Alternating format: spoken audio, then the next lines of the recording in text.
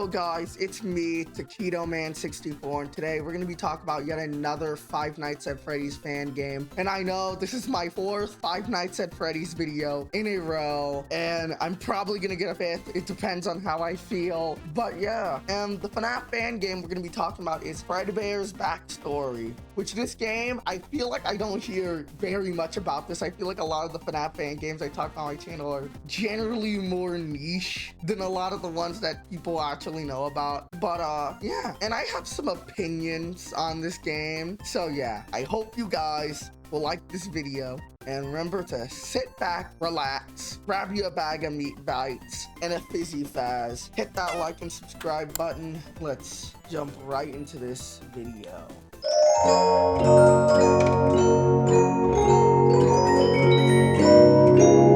So now it's time to talk about the history of Fredbear's Backstory. The history of this game is that released 3 years ago, and it's made by a guy named Fred Games and also Fredinator, and also was worked on by a bunch of other people. And that's about it for the history. I could not find any information. All I know is that it released 3 years ago, and that's it. Just like the last one, I don't know exactly when it came out. So yeah, also I'm quite sure that this game is made by the people who made the last game I played, and the reason why I fudging say that is because it looks so similar, and it's like almost identical in the way it's presented, that it may or may not be made by a lot of the same people as the last one. So yeah, how did I find this game? Via Daco video. That's literally it. So yeah, that's about as much as I can say about the game's history, because I don't know all that much. Do not find very much history on this. So yeah.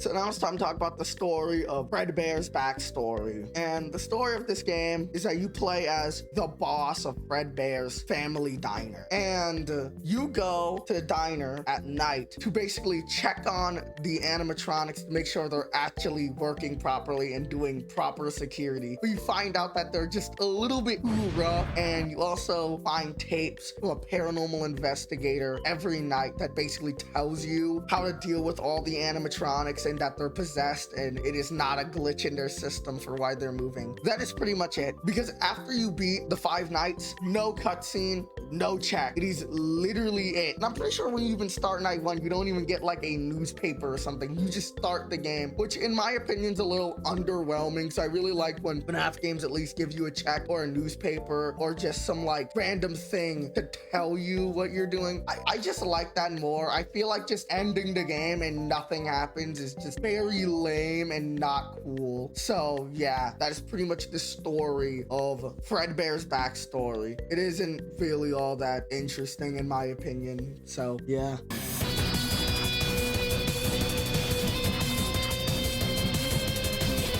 So now it's time to talk about the gameplay of Fredbear's backstory. The gameplay of this game consists of you looking at a hallway right in front of you that's really big, like FNAF 2, and you have an endoskeleton and a locker wardrobe thing. You click it, and it will move in front of there, basically preventing anything from getting into your room. And after a little bit of time, it will fall down. To prevent that, you have to click it again to move it back into its locker wardrobe thing. And then you have a door to the left of you, and if you pull the lever, you'll close the door. It can only be closed for a certain amount of time before it automatically opens. And when you open it up again, it'll have a slight delay, which genuinely kind of sucks because that can screw you over very, very easily. So yeah, and if you turn to the right, there's a vent, and if you see anything in it, just hold the flashlight using control, and then it should go away. So that is basically everything that's basically in the main office. But before I get into the cameras, I just gotta say, this game kind of controls very weird and kind of annoying, where like you have these things you have to hover over like a camera to turn left and right, and it can just lead to so many stupid mistakes that are just caused by the game not really controlling perfectly. Like sometimes you can do it unintentionally and sometimes it just won't work. So it just kind of sucks. But you have a camera system. When you look back in front of you, you can just flip it up and you can check the cameras, but there's only 3 required cameras, being cam 1, which has a change music button, which is genuinely required, and then cam 11 and cam 13, which you can both seal the vents on that camera because they're vent cameras. And they take so long to seal, like FNAF 3, which is genuinely the worst part about that game, and they take like a second to open again. Why can't it be a second for both? I don't know. But yeah, they're pretty much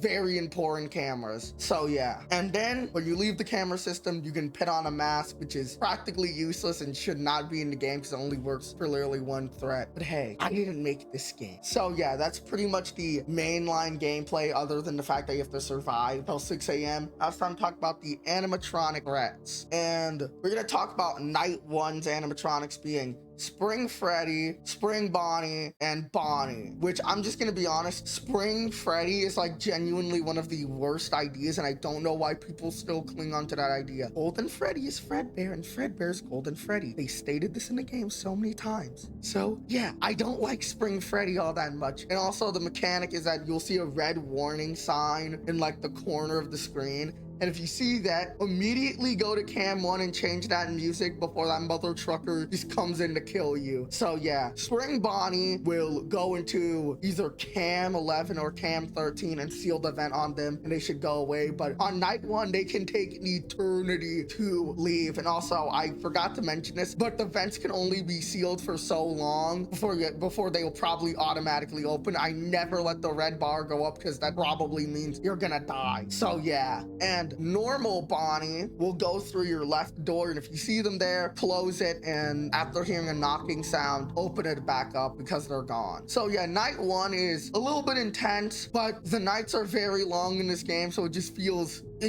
very long, but it's actually a really intense night 1, and I actually kind of like it. And now you have night 2, and the animatronics you're introduced to night 2 is Freddy and Foxy. When Freddy enters the hallway in front of you, you have to place down the endoskeleton, and when he leaves, immediately move the endoskeleton back or it will fall down, and that will literally kill your run, which I genuinely think is kind of stupid because the game gets very, very fudging annoying later on. So yeah, and Foxy, the genuinely worst animatronic in this game, is miserable to deal with because he works kind of like Bonnie, but like, I don't know if it's just me, but his sound cue is so subtle that he can literally sneak into your office so fast, or sometimes you can shut the door and he still gets in and kills you, which is genuinely unfair, and he can get you into some very unwinnable situations, but you just have to shut the door on him like Bonnie. So yeah, but you have all the other threats from night 1. Night 2 is just like a very like steep difficulty curve. It goes from being kind of like simple and easy to like kind of challenging, like really challenging for no reason. Not that good difficulty spike, like that kind of not really fun difficulty spike. And yeah, all the other animatronics from the last night are active, so it just makes it a little bit more challenging. So the next night, being night 3, you get introduced to Chica and Golden Foxy for some odd reason, or Prototype Foxy. I don't know what its name actually is. And Chica works exactly like Freddy, just place the endoskeleton in front of your hallway and she should go away. But Golden Foxy will come through your vent and you have to hold your light on it and it will go away. So yeah, but that can screw you over too. Golden Foxy can easily screw you over in this game, and it's genuinely annoying when you get the worst combo of Freddy or Chica, Golden Foxy, and Foxy or Bonnie at the door. And that's just an unwinnable situation because you can just instantly die from that. You cannot deal with all 3 of them at once because one of them's gonna get into your room, so you're pretty much going to die. It's literally pick your fudging poison. Die by Golden Foxy, die by Foxy or Bonnie, or die by Bonnie or by Freddy or Chica. Or you can get into a even more unwinnable situation. Spring Bonnie enters the vent while all of them are in your room and you can just easily die. I feel like this game does not really have the best balancing, but hey, I'm gonna put that aside for now. Oh yeah, night 3, by the way, is really fudging challenging, like a really steep difficulty curve, like so steep that it's genuinely insane. It goes from like being a manageable night to I'm starting to fudging hate this game kind of stupidity. And so yeah, now you have night 4, which introduces Fredbear, and if Fredbear enters your hallway, just put on the mask and he'll go away, which I think Fredbear should have just worked with the endoskeleton. I I think introducing the mask just adds too many fudging mechanics because you're already juggling like 500 different mechanics. You have to deal with these awful, finicky turning systems. You have to deal with the animatronics at your door. You have to place down an endoskeleton. You also have to deal with flashlight animatronics and vent animatronics. So it's just really fudging annoying. Also, you have to deal with changing the music because of Spring Freddy. There is so many different mechanics, but the game just starts to feel mechanic bloat, where it just gets so annoying and tedious because there are so many situations that you can get into that just make it feel genuinely impossible. Night 4 is way too challenging for no fudging reason. This took me so long to beat. I genuinely almost quit playing the game because of Night 4 being so fudging stupid. It is not fun to play. And this is like your final roster of characters. So yeah, all the animatronics roam on the cameras, but you're never going to use the cameras for like other than like 3, because if you don't, you're pretty much gonna die. You're like guaranteed death. And then there's Night 5, which is just a little bit harder than Night 4. And it kind of sucked, kind of like Night 4. But for some odd reason, to me, it felt way more manageable and didn't feel like I was gonna die to like random garbage. I don't know why Night 5 felt so much more balanced than Night 4. I don't know why, but it was still kind of challenging, and I actually thought it was pretty fun. And then you have the worst night of the fudging game, Night 6. Oh my gosh, it took me so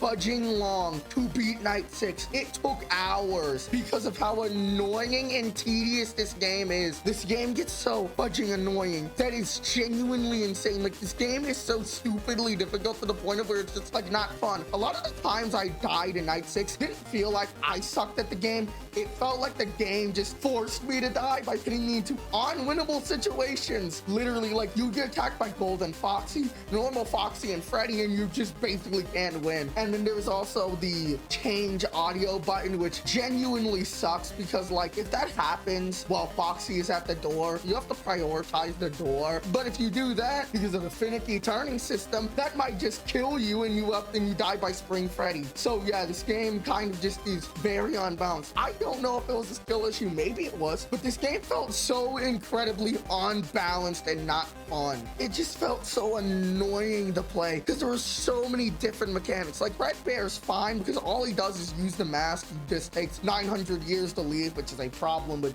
genuinely all of the animatronics. I think they should leave almost instantly and not wait like 10 seconds to leave at all times, because that's very annoying and like just very stupid. And also, I just want to talk about the endoskeleton falling for a second. I think it's so stupid because there was literally a situation that happened that was unwinnable because Freddy attacked me, and then right after Freddy left, Chica immediately came in. So I'm not moving that endoskeleton, but it still fell over. Why can't it do that? That is so stupid. That literally killed me because the game forced me into a situation I could genuinely do nothing about. Or the amount of times where I literally sealed the vent on Spring Bonnie and just, it didn't work. They still got through. That's so stupid. I think that's so annoying. That's why I think it should close instantly, so that can't happen. Dude, this game was so fudging annoying, but I beat Night 6. It was terrible, but I beat it. And here's my genuine reaction because I accidentally fudging recorded Night 6. Oh, finally! Was I recording that? Finally! This was terrible. So yeah, after you beat that night, of course, you get some extras, and it's just like the usual where you get to view the animatronics, the jump scares, behind the scenes, and you get to do the custom night, which, fudge, you know, I'm not doing the custom night for this game. This was so abysmal by Night 6 and so unfun that I just genuinely did not want to play it. Also, this game has a settings menu where you can turn on VSync, full screen, and you can also turn on wuss mode, which is just turning the jump scares into poorly drawn versions of them, which I turned on Night 4 because I had to make the game a little more fun. I can take jump scares, but I just had to turn on them just to make the game just a little bit more fun. Also, the jump scares in this game are really fudging bad. I usually do not mention this in any of my videos because usually jump scares are fine, but this game's jump scares are really fudging bad. Like, they're actually like really lame for no reason. So yeah, I'm not really the biggest fan of the gameplay of this game because I think it's like genuinely fudging annoying and kind of stupid. It could be skill issue or it could just be the game not really being that fun, and also the lack of not getting a check or like any endings or like newspaper wallpapers just makes the game feel just a little bit like unfinished, if I can say. I think the game is completely finished. Like, it's genuinely high quality. I think the graphics of it look pretty nice for a FNAF game. It looks really high quality, but I wish there was more quality in the gameplay. It's not very fun. So yeah, that's the gameplay of Fredbear's backstory.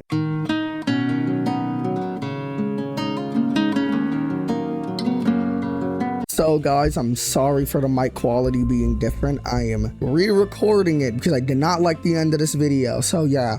Now, how do I feel about Fredbear's backstory? I really don't like this game. Like, I don't like it at all. But I don't think it's necessarily bad. I just think that the difficulty spikes are just way too much. And the game just feels lacking. I feel like it needed some mini games, and I feel like it needed like an ending, like a proper ending, just like a check or something, or like a cutscene, just like something simple to make it feel like you beat the game, but it just boots you right back to the title screen. It just doesn't really feel all too interesting. I think it has way too many mechanics to the point of where it hinders the game, and it just makes it way too difficult and not fun. And I think the other game that I played, Untold Story, was a lot better in the way that, yes, it had some of the same issues, not having any mini games and not having a proper ending, but I also feel like all the mechanics were a lot better, and it just felt a lot more fun to play than this game being way too difficult and just lacking, while that game is way too easy but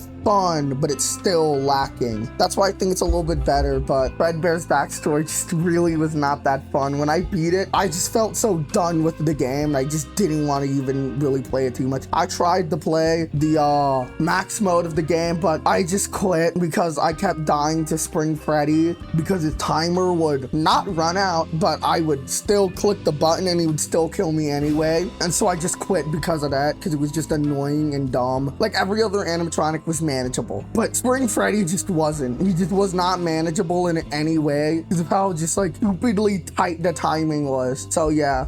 Yep, I did it. I beat the max mode of this game, so it was not a skill issue. The game just sucks. Got to 5 a.m. on one of my attempts, and I lost because I was sealing the bet on Spring Bonnie, but I couldn't move off his camera, so Spring Freddy killed me. Garbage. Shouldn't happen. But I beat the max mode. 2 of them on my belt now. No one can stop me. I think that this game ain't very good, and I just think that the game could have been better. And also, I did go on the Game Jolt page and I looked into like the comments, and the developer said that they were gonna remaster the game, but they're too busy to do it, showing that this game might not be in the best quality. If you're willing to remaster it, then it shows that there is clearly something wrong with this game. And I think the person should remaster the game and add a lot more stuff and remove some stuff that is pointless, like the mask is a very pointless and useless mechanic, or remove the endoskeleton and replace it with the mask. Either one would be good, and it'd make the game less bloated. So yeah,